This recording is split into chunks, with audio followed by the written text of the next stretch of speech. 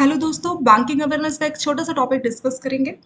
Topic बहुत ही simple है और बहुत ज़्यादा इंपॉर्टेंट है। बहुत बार ये क्वेश्चन पूछा जाता है, what is money laundering and its types. Money laundering क्या होता है और ये कितने टाइप का होता है। तो अगर शॉर्ट में बोलना चाहे मनी लॉन्ड्रिंग क्या होता है, तो इसका सिंपल सा डेफिनेशन है कि ब्लैक मनी को व्हाइट मनी में कन्वर्ट करना। ब्लैक मनी को व्हाइट मनी में कन्वर्ट करना, उसी प्रोसेस को बोला जाता है मनी लॉन्ड्रिंग। अब यहाँ पे दो टर्म्स आ गई, ब्लैक मनी और व्हाइट मनी। ब्लैक मनी क्या होता है? ऐसा मनी जिस पे आपने टैक्स नहीं पे किया होता, इनकम टैक्स, तो उसको बोला जाता है ब्लैक मनी। और व्हाइट मनी कौन सा है? जिस पे आपने टैक्स पे कर दिया। ठीक है। तो कुछ लोग क्या करते हैं कि कुछ पैसा होता है जिस पे वो लोग टैक्स नहीं पे करते और उसको इस तरह से सोर्सेज में कन्वर्ट करते हैं ताकि ऐसा लगे कि हाँ ये एक लीगल सोर्स वाला पैसा है। या कुछ लोग गलत तरीकों से, जैसे कोई करप्शन हो गया या ड्रग ट्रैफिकिंग हो गया या गैमलिंग हो गया, इस तरीके से पैसे को कमाते हैं, उस पर टैक्स नहीं पे करते। और फिर बाद में कई सारे मेथड्स होते हैं जिनकी हेल्प से वो इस ब्लैक मनी को व्हाइट मनी में कन्वर्ट कर देते हैं। उसी प्रोसेस को बोला जाता है मनी लॉन्ड्रिंग। ठीक है। तो सिंपल सी डेफिनेशन यहाँ पे दी गई है।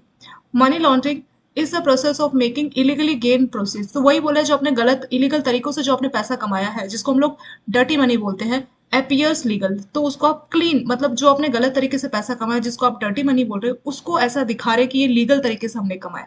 आपने कैसे वो कमाया? आपने गेन हासिल किया इलीगल तरीकों से, जैसे करप्शन कहीं की या फिर ड्रग ड्रग ट्रैफिकिंग किया, गैमलिंग, जुआ, ये सब खेला, वहां से आपने पैसा कमाया जो कि इलीगल है। तो इलीगल तरीके से आपने पैसे को कमाया और उसको अपीयर्स मतलब दिखाया है कि आपने उसको लीगल यानी सही तरीकों से पैसे को कमाया है। तो उसी प्रोसेस को बोला जाता है मनी लॉन्ड्रिंग। तो वही इसमें लिखा है कि इसमें क्या होता है कि जो भी आप इलीगल तरीके से पैसे को कमाते हैं ना, जो आपका ओरिजिन ऑफ मनी है वो है इलीगल। ठीक है। तो इसमें कई सारे स्टेप्स किए जाते हैं जिसकी हेल्प से ऐसा लगता है कि हाँ आपने लेजिटिमेट, मतलब एक जायज सोर्स से पैसे को कमाए। भले ही रियलिटी क्या होगी कि आपने इलीगल तरीके से पैसे को कमाया, बट आप दिखाएंगे कि ये लेजिटिमेट मनी है, मतलब ये जायज है, ये लीगल मनी है हमारा, ये इलीगल मनी नहीं है। तो इस तरीके से इसमें दिखाया जाता है। तो ये हो गया आपकी सिंपल सी डेफिनेशन मनी लॉन्ड्रिंग की। ये कितने टाइप का होता है? ये तीन टाइप का होता है। पहला है प्लेसमेंट, सेकंड है आपका लेयरिंग, और तीसरा टाइप है इसका इंटीग्रेशन। तो तीन तरीके से मनी लॉन्ड्रिंग किया जाता है। ये स्टेप्स है, जैसे आप लोग सीढ़ियां चढ़ते हैं ना, पहले ही आप सीधे थर्ड सीढ़ी पे जंप नहीं कर सकते ना, आपको पहले फर्स्ट सीढ़ी पे आना पड़ेगा, फिर सेकंड पे, फिर थर्ड पे। तो ये बिल्कुल स्टेजेस है। तो पहले आपकी सीढ़ी होगी मनी लॉन्ड्रिंग की प्लेसमेंट, फिर ये वाली सीढ़ी आप क्रॉस करोगे तो अगली सीढ़ी होगी आपकी लेयरिंग, लेयरिंग वाली सीढ़ी क्रॉस करोगे तो तीसरी और लास्ट सीढ़ी आएगी आपकी इंटीग्रेशन। तो इस स्टेज पे आपका जो पैसा है वो ब्लैक मनी होगा, और जैसे आप इंटीग्रेशन स्टेज पे आओगे तो वो व्हाइट मनी में कन्वर्ट कर दिया जाएगा। वो किस तरीके से होते हैं थोड़ा सा हम लोग देख लेते हैं। तो पहला आता है प्लेसमेंट। प्लेसमेंट में क्या होता है? फर्स्टली द इलिजिटेड फंड, यानी जो आपका इलीगल पैसा है, are introduce into the legitimate fund. तो आपने जो गलत तरीके से पैसा कमाया तो उसको आप फाइनेंशियल सिस्टम में इंट्रोड्यूस करते हैं। आप कैसे इंट्रोड्यूस कर सकते हैं? जैसे कुछ लोग घर खरीदते हैं जिसमें घर की कीमत मान लीजिए मार्केट प्राइस है 50 लाख, पर उसको 20 या 30 लाख दिखा के बाकी का जो पैसा है 20 लाख, मान लीजिए आपने 30 लाख दिखाया उसको स्टैम्प ड्यूटी के तौर पे, तो 20 लाख जो बचे वो आपने उसको कैश के तौर पे पे कर दिया। ठीक है। और फिर बाद में इस प्रॉपर्टी को आपने 50 लाख में बेच दिया। तो देखने में लगेगा कि हाँ आपने 50 लाख की जो 30 लाख की प्रॉपर्टी में आपको गेन हुआ 20 लाख का, बट रियलिटी क्या थी कि आपने 20 लाख कैश में दिया। तो वो आपका पहला स्टेप हो जाएगा प्लेसमेंट। तो इसमें जो आपका इलीगल मनी है, जो आपका ब्लैक मनी है, उसको आप मार्केट में इंट्रोड्यूस कराते हैं, तो वो हो जाएगा आपका प्लेसमेंट। आप इलीगल जो पैसा है उसको मार्केट में इंट्रोड्यूस करा रहे हैं। मान लीजिए आपने कुछ खरीद ली, कोई दुकान खरीद ली, ठीक है, या कुछ और। कुछ लोग क्या करते हैं, शेल कंपनीज। शेल कंपनीज क्या होते हैं कि ऐसे कंपनी जो रियल में एग्जिस्ट नहीं करती। ठीक है। सिर्फ वो कागजों में, रियल में उसकी कहीं कागज, रियलिटी में उसका कहीं एग्जिस्टेंस नहीं है, कोई फिजिकल एग्जिस्टेंस नहीं है। तो कुछ लोग शेल कंपनीज बना देते हैं, दिखाते हैं कि हमने एक कंपनी बनाई और इसमें इतना पैसा लगाया। तो वो हो जाएगा उसका प्लेसमेंट का तरीका। सेकेंड आता है आपका लेयरिंग। ये सेकेंड स्टेप है। देन द मनी, तो जो आपने पैसा इंट्रोड्यूस किया उसको आप कंफ्यूजन क्रिएट करते हैं। मतलब आपने पैसा लाया तो उसमें आपने पैसे को एक अकाउंट से दूसरे अकाउंट में, बहुत सारे अकाउंट में ट्रांसफर किया है। इसके लिए मनी म्यूल एक टर्म इस्तेमाल होता है, मनी म्यूल्स। मनी म्यूल क्या होता है?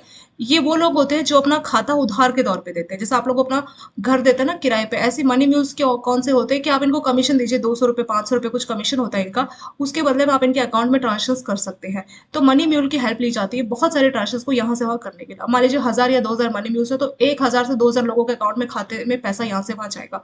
तो जानना बहुत मुश्किल हो जाता है कि कहाँ से पैसे की शुरुआत हुई, कहाँ से पैसे को जो है भेजा गया था। तो सेकंड स्टेप वही होता है, यहाँ पे कंफ्यूजन क्रिएट की जाती है। पैसा तो इंट्रोड्यूस हो गया प्लेसमेंट वाले स्टेप में। सेकंड जो स्टेप है लेयरिंग हम पढ़ रहे हैं, तो लेयरिंग में क्या हो रहा है कि इस तरह से कंफ्यूजन क्रिएट की जा रही है, बहुत सारे अकाउंट में पैसे को ट्रांसफर किया जा रहा है, लिखा है ना नंबरियस अकाउंट। अब इतने सारे अकाउंट इनके पास कहाँ से आएंगे, उसके लिए मनी म्यूल ये टर्म इस्तेमाल होता है। मनी म्यूल उन लोगों को बोला जाता है जो अपना खाता इसीलिए खुलवाते हैं ताकि वो उधार में इस तरह के, ये इलीगल है, ये करेक्ट नहीं है, लेकिन वो लोग खाता अपना इसी पर्पज के लिए खुलवाते हैं ताकि उनके खाते को उधार पे वो लोग देके पैसा कमा सके।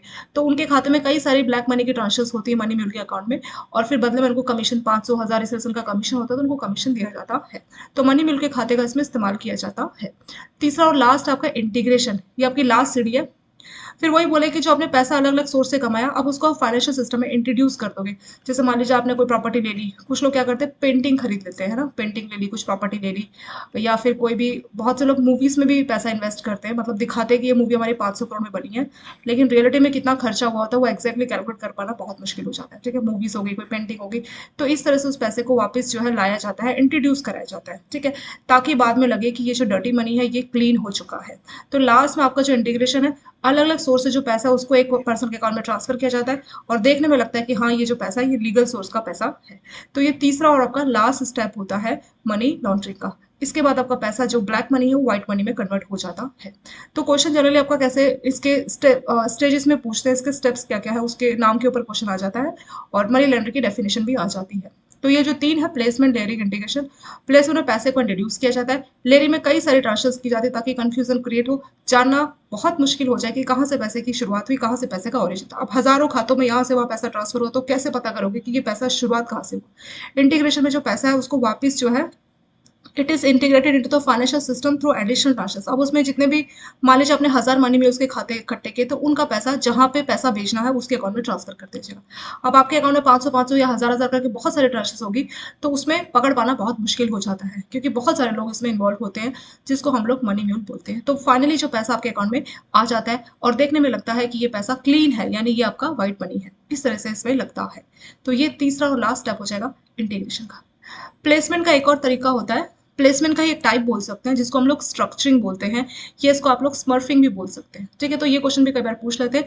प्लेसमेंट का एक टाइप होता है जिसको आप स्ट्रक्चरिंग भी बोल सकते हैं या स्मर्फिंग भी बोल सकते हैं। वो क्या होता है, it is a method of placement, ये प्लेसमेंट का ही एक तरीका होता है, where cash is broken into small deposit of money. अब मान लीजिए आपके पास 10 लाख रुपए, तो आपने इसको छोटे छोटे हिस्सों में ब्रेक कर दिया, मान लीजिए 10-10 हजार करके कई सारे हिस्सों में ब्रेक कर दिया, use to defeat suspicious of money laundering and to avoid anti money laundering reporting requirement. तो बोल रहे हैं कि आपके पास 10 लाख थे, अब 10 लाख अपने अकाउंट में कैश डिपॉजिट करोगे तो बहुत डिफिकल्ट हो जाएगा, बहुत आसानी से आप पकड़ में आ सकते हैं। ठीक है, आपके ऊपर जो है किसी को भी शक हो सकता है। तो अब क्या कीजिए, 10 लाख को कई सारे हिस्सों में ब्रेक डाउन कर दीजिए। ठीक है, छोटे छोटे डिपॉजिट बना लीजिए। तो 10 लाख डिपॉजिट ना करके आप एक दिन गए, मान लीजिए आपने 50,000 का डिपॉजिट कर लिया, फिर अगली बार गए मान लीजिए 20,000 का कर लिया, तो आप जो बड़ा पैसा है उसको छोटे छोटे हिस्सों में ब्रेक कर रहे हैं ताकि आपके ऊपर शक ना हो किसी को। ठीक है, और आपके खिलाफ कोई भी एंटी मनी लॉन्ड्रिंग एक्टिविटीज को ना किया जाए। तो मतलब जानबूझ कर आप ऐसी एक्टिविटी कर रहे हैं जिसकी वजह से आप खुद को बचा पा रहे हैं। ठीक है, तो उसको स्ट्रक्चरिंग बोला जाता है। तो ये भी प्लेसमेंट का टाइप होता है, इसको स्ट्रक्चरिंग या स्मर्फिंग भी बोल सकते हैं। तो इसमें हो क्या रहा है, अब जैसे मान लीजिए एग्जांपल के तौर पे आपको मालूम है कि आप 50,000 रुपए से ज्यादा डिपॉजिट करोगे कैश, तो आपसे बैंक मांगेगा क्या, पैन कार्ड। ठीक है, तो आप क्या कर रहे हो, 50,000 डिपॉजिट ना करके सिर्फ 45,000 डिपॉजिट करके आ गए। ठीक है, फिर अगली बार गए मान लीजिए 10 दिन बाद, फिर आप 45,000। तो जानबूझ कर आप ऐसी एक्टिविटी कर रहे हो, एक ऐसा स्पेसिफिक एक्टिविटी कर रहे हो ताकि आपके ऊपर किसी का शक ना हो, तो उस तरह की एक्टिविटी को स्ट्रक्चरिंग बोला जाता है। तो उन्होंने एक एग्जांपल दे रखा है कि आपने अपने कैश को कई हिस्सों में बांट दिया। अब मान लीजिए 10 लाख आप एक ही बार में डिपॉजिट करोगे तो बैंक आपसे पैन कार्ड ये सब चीजें मांगेगा। ठीक है, अब तो खैर बैंकों में ये सब चीजें मैंडेटरी हो गई है, पैन कार्ड तो सभी के लिंक होने ही चाहिए, बट जनरली एक तरीका है। इसमें आप 50,000 से ज्यादा है तो पैन कार्ड या कुछ और, आपको कुछ और आईडी प्रूफ आपका मांगा जाएगा। तो उससे आप बचने के लिए ऐसा कर रहे हो कि आप बड़े हिस्से के पैसे को छोटे छोटे हिस्सों में डिपॉजिट पे जो है तोड़ के उसको अपने अकाउंट में डिपॉजिट कर रहे हो, तो वो हो जाएगा आपका स्ट्रक्चरिंग। तो क्वेश्चन ऐसे भी होता है कि स्ट्रक्चरिंग और स्मर्फिंग किस में आता है, तो ये प्लेसमेंट का ही एक तरीका होता है। मनी लॉन्ड्रिंग हमने 3 तरीके देखे ना, तो प्लेसमेंट का ही एक टाइप है स्ट्रक्चरिंग और स्मर्फिंग, और इसमें शेल कंपनी का भी इस्तेमाल किया जाता है। शेल कंपनीज कौन सी होती है, शेल कंपनीज उनको बोलते हैं जिनकी कोई फिजिकल एग्जिस्टेंस नहीं है, ये सिर्फ कागजों में होती है, पेपर्स में होती है कंपनी। कुछ लोग ट्रस्ट भी बना लेते हैं, ट्रस्ट, और वहां पे पैसे को डालते हैं। ठीक है, कुछ लोग ट्रस्ट या चैरिटी इस तरह के ऑर्गेनाइजेशन सिखाते हैं। अब चैरिटी में मालूम नहीं ना पैसा किसने कहाँ से दिया, तो इस तरह से वो इलीगल पैसे को चैरिटी के थ्रू या ट्रस्ट के थ्रू भी व्हाइट मनी में कन्वर्ट करने की कोशिश करते हैं। तो शेल कंपनी का इस्तेमाल होता है, और मनी म्यूल्स का भी इस्तेमाल किया जाता है। मनी म्यूल्स क्या होता है? ये वो होते हैं लोग, ये मनी म्यूल्स ये लोग ही हैं, कोई अलग प्रजाति नहीं है किसी और प्लेनेट की, ये लोग हैं, आप हम जैसे लोग हैं जो अपना खाता किसी को उधार पे देते हैं, बदले में कमीशन लेते हैं, और ये इलीगल है, ये लीगल नहीं है। आपका खाता आपके लिए कि आप उसमें अपने डिपॉजिट ये सब रखिए, पर मनी मिल के खाते में जो इलीगल मनी है, जो ब्लैक मनी है, उसको रखा जाता है और बदले में उनको 500,000 जो है इनका कमीशन दिया जाता है। ठीक है, ये अपना प्रॉपर आधार कार्ड पैन कार्ड लेके इनके नाम पे अपना खाता खुलवाते हैं, बदले में मनी जो मनी म्यूल्स होते हैं ये ब्लैक मनी को व्हाइट मनी में कन्वर्ट करने में मदद करते हैं। ठीक है, तो ये इलीगल एक्टिविटी करते हैं। तो मनी म्यूल, शेल कंपनीज बनाना, ट्रस्ट बना लेना, चैरिटी बना लेना, मूवी में प्रोडक्शन में कहीं पे लगा लेना, या कुछ पेंटिंग्स खरीद लेना, क्योंकि अब मान लीजिए 1,000 रुपए की पेंटिंग है, आपने उसको दिखा दिया कि मैंने ये 1 लाख में खरीदी, तो बाकी जो 99,000 आप आसानी से उसको दिखा सकते हैं, मतलब पैसों को आप इन्वेस्ट कर सकते हैं। तो इस तरह से कई सारी एक्टिविटीज से मनी लॉन्ड्रिंग की जाती है। इसके साथ ये सिंपल सा जो टॉपिक है आपका यहाँ पे हो गया complete. Thank you so much for watching this video.